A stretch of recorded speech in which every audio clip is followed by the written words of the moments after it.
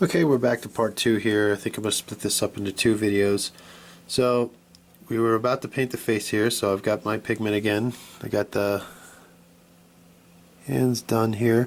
I'll probably clean these up and ink wash these fingers a little bit more so that they're not quite as blotchy. But we'll go ahead and paint the face. So again, we want to highlight the model. So I'm just going to highlight like the cheekbones. The forehead is fine.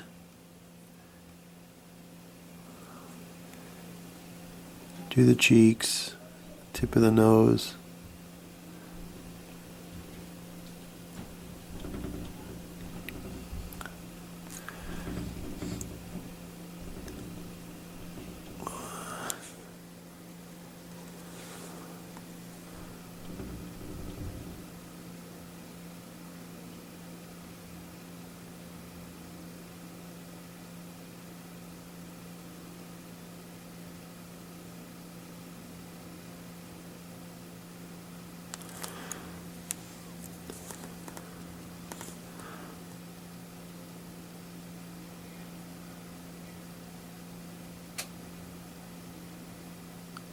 And what I'll probably do is go back over this one more time with a darker color, kind of a mix of the two, and meld these together.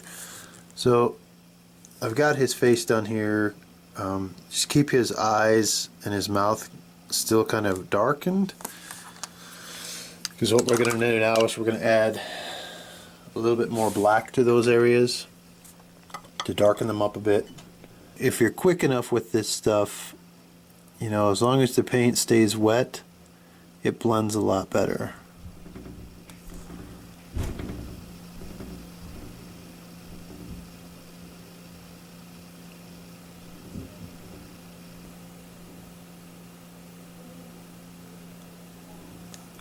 Trying to get rid of some of the blotchiness here. So the coat looks a little more consistent. And again, we'll go in and we'll touch this up with black. Okay, so I've got kind of a mix here of the light and the dark, just to blend this in so it's not so blotchy.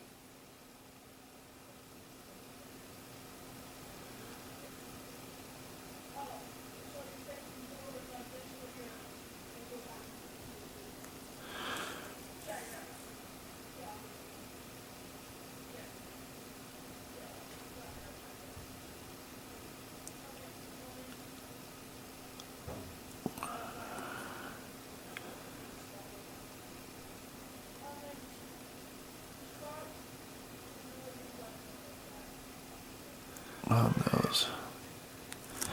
Okay, so at this point, you know, the face still kind of looks a little rough, but that's fine. We're going to clean it up with some blacks and some whites. So I'm going to do the pupils now, and then we'll hit this over one more time with like an ink wash to get the fingers to pop again and stuff like that, because the fingers are kind of blurred in together now, but we can fix that with ink wash.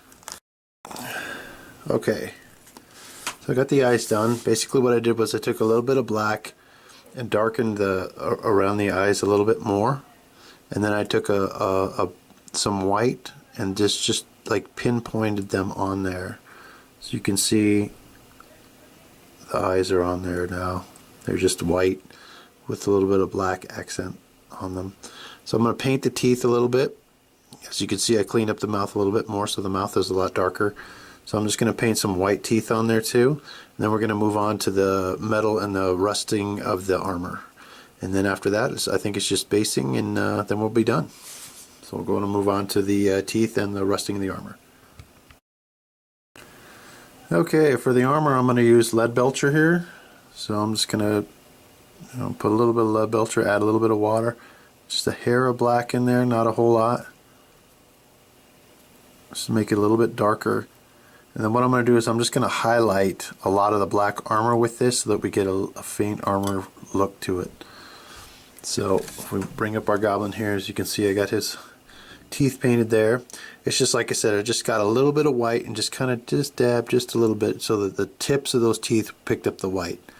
So you can see the face looks a lot better now. It's kind of looking rough there for a while, but just continue to add some blending, mix some colors in, and you know, it all covers up just fine. So we're just going to fleck this armor, the black parts, just a bit with this lead belcher, just kind of give it just a rough look of armor there. Not a whole lot, because I want it to be predominantly black, but just like where the plates come together, you know, the highlights, that type of thing, because we're going to put a rust on it as well. But that way at least you know that has some metallic feel to it. Now with like my Gondor guys, I mean, I go heavy lead belcher and then go with chainmail, and then on top of that mithril. So with these evil guys, I think they're going to be a lot more, you know, better served if their armor is just more black overall. So like I said, just like the highlights of the joints, that type of thing. Not a whole lot. We still want it to look overall black, but at least this way we have some highlights of some metal there. You can see some faint metal there. And like I said, I'm not watching the camera, so I apologize if it is kind of blurry. I'm trying to do the best I can, paint and try and keep it in the frame as well, so it's a little tricky. While we're at it, I'm going to do some blue for his hair, just so that it doesn't get mixed in or confused with the armor itself. So I've got this Fenris Gray. That's probably the old name of the color from GW. But again, I'm just going to put a little of the Fenris Gray on my palette. Put a little bit of water in there so it's not so thick. And I'm just going to hit his hair with it. So, and like again, just hit the strands of the hair that are raised above the rest. And what I like to do is I like to make like the bottom part of the hair lighter and the top part closer to the scalp darker. He's got to look good when he's killing dwarves. Impress the lady goblins, you know. So I'll go ahead and now I'm gonna take a little bit of this black and kind of meld some of this lead belcher in there, just because like I said, I don't want this armor to shine too much. It doesn't need to shine a whole lot, so I'm just going to kind of blend in some of these areas so it's not so prominent. I want just a faint touch of the metallic, not the whole thing. So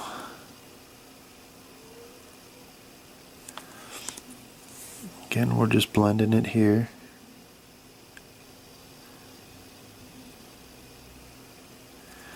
Okay. A little bit on the spear tip there. Okay, so I got the dark brown on the spear done.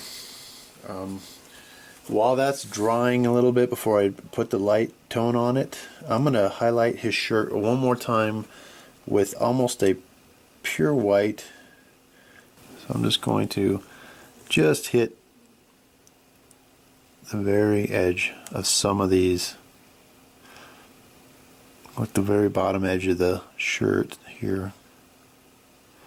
Like I said, let the brush just faintly hit the surface or the edge of the shirt. So you can see it's got kind of a white on it now.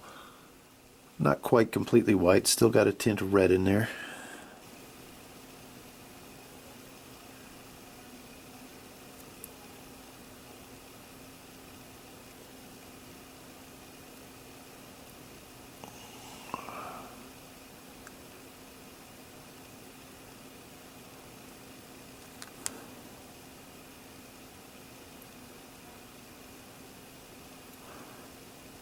Just like the edge of the sleeves and stuff, not a whole lot.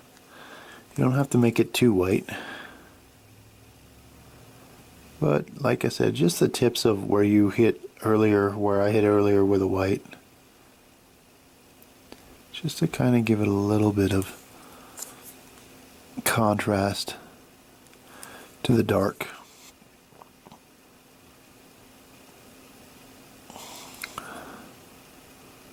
A little bit under that little neck piece there. Yeah. And a little bit here.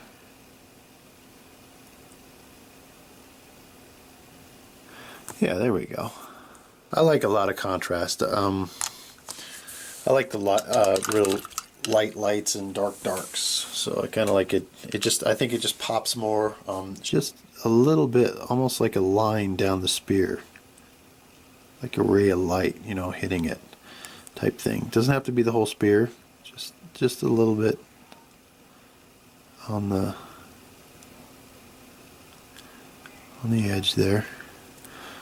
A little bit more here, down under his hand. And then we can go ahead and do the same on this side here. Just a little bit there. So, do a little bit of the orange here on the spear tips here. And then some on the armor too, because we want his armor to look a little rusty. So like here on the spine, kind of let that hit the plates of the armor there on the spine. A little bit on the back, but not a whole lot. Okay, and then like here, and then maybe a little bit on the black bands.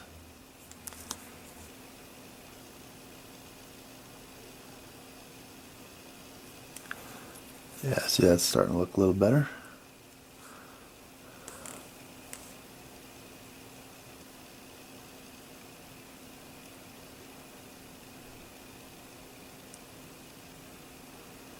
The point of that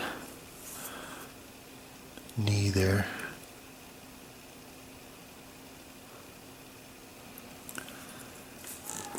A little bit more on his arm.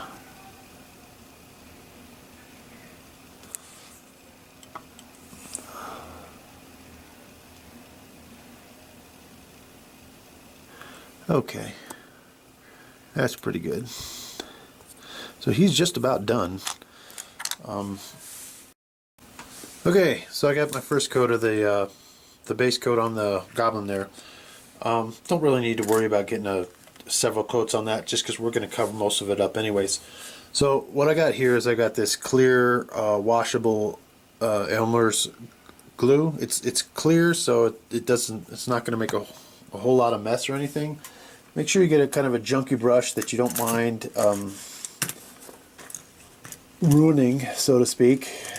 And then what I do is I'll just dab the glue onto the brush, and I'll just go over this and just put glue all over the base here, like so. You can put it on fairly thick, it doesn't really hurt it, because it needs to be kind of thick anyways to hold the rock and the grass in place as it dries. Like I said, don't worry too much about getting a consistent coat of paint underneath, because most of this is going to be covered up anyways, and then we're going to go over and touch it up once we got everything on there. So you can see it's kind of blotchy. That's fine. Don't put it on way thick, but enough to hold the kitty litter and the grass into place as it dries. So it's kind of goopy now. You can see it's kind of almost like gel at this point. Then I've got, like I said, I've got some kitty litter and some citadel grass. So I'm going to take some kitty litter,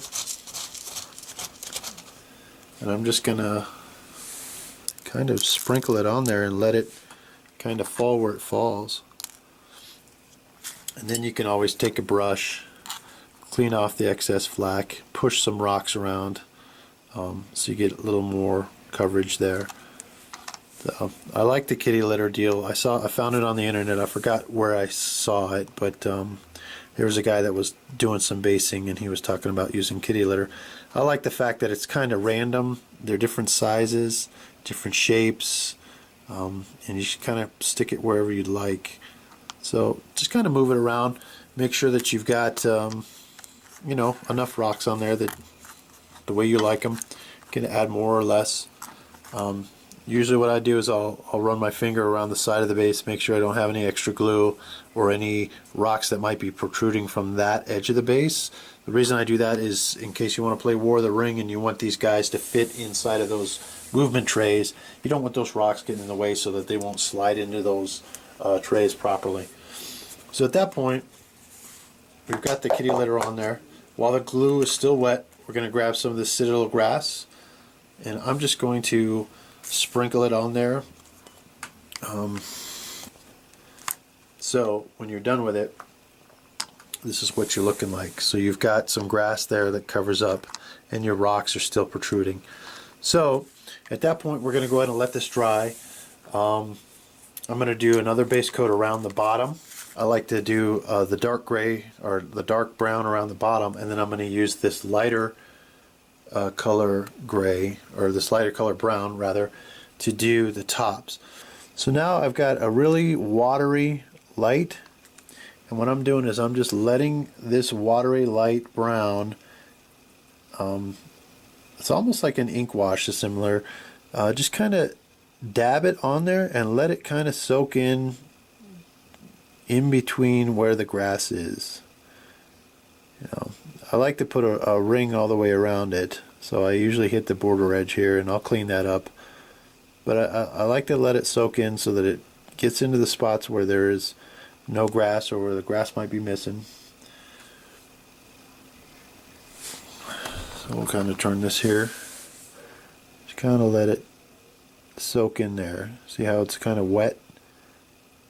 Just let it fill in the gaps there all the way around. And once I have that ring, and then if there's any like spots in the middle where there's less grass, maybe paint some light brown there too, so that you got some dirt showing through underneath the grass there. Yeah, don't worry too much about getting any paint on the kitty litter. We're going to paint the kitty litter with a couple of layers of grays for rock. So at this point, what I'll do is I'll get some black, and we can always counteract the black. If the black gets out of control, we can always add some more light brown in some spots. But I like the rocks to stand away from the ground. So the way I get those to pop is that I will put you know, an ink type consistency of the black. Get it very watery, similar to what I just did with the light brown there, and then I will just basically hit all the way around the rock like so that there's like shadows and shade at the bases of the rock. And you can paint the rock completely in black, it doesn't matter, because we're going to go over the rock with several different coats. So rock's going to get several coats on it anyways, but we want to make sure where the rock is touching the grass we have a dark area, so it's kind of like helps the rock stand out from the green. And in between there too, it's fine. So now we've got some contrast there with our green and our brown.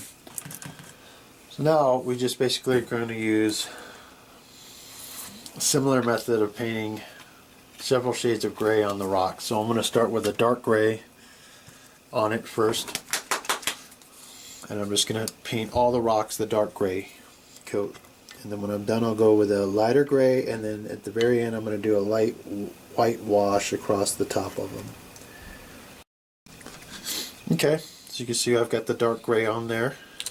So now I'm going to add another coat on top of that dark gray. I'm going to make it a light gray. So you can either add, you know, white to the gray that you've mixed, or if you've got a different color gray that's lighter, just go ahead and mix that up. Again, make sure that it's not too thick, but not too runny either, because you don't want it running off the rock into the grass. You want it to kind of be on its own. So just lightly cover the tops of the rocks with that.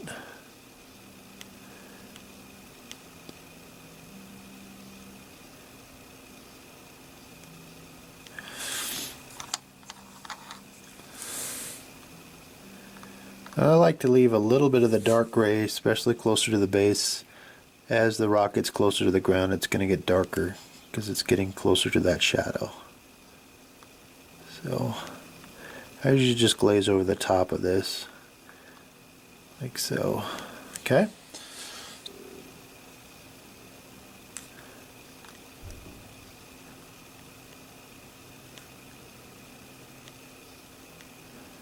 Just a little dab like that.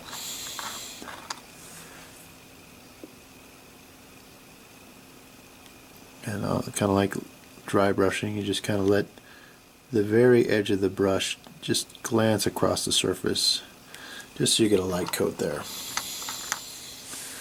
Okay, so you've got some darks there with the grass, some lights with the grass. Again, we can hit the, if we got a little too crazy with the dark, we can always go in and hit this one more time around the surface. Kind of maybe paint in a little bit towards some of the areas where it may not be too dark. Blend it in there so you get kind of some grayish overtones where the shadows are.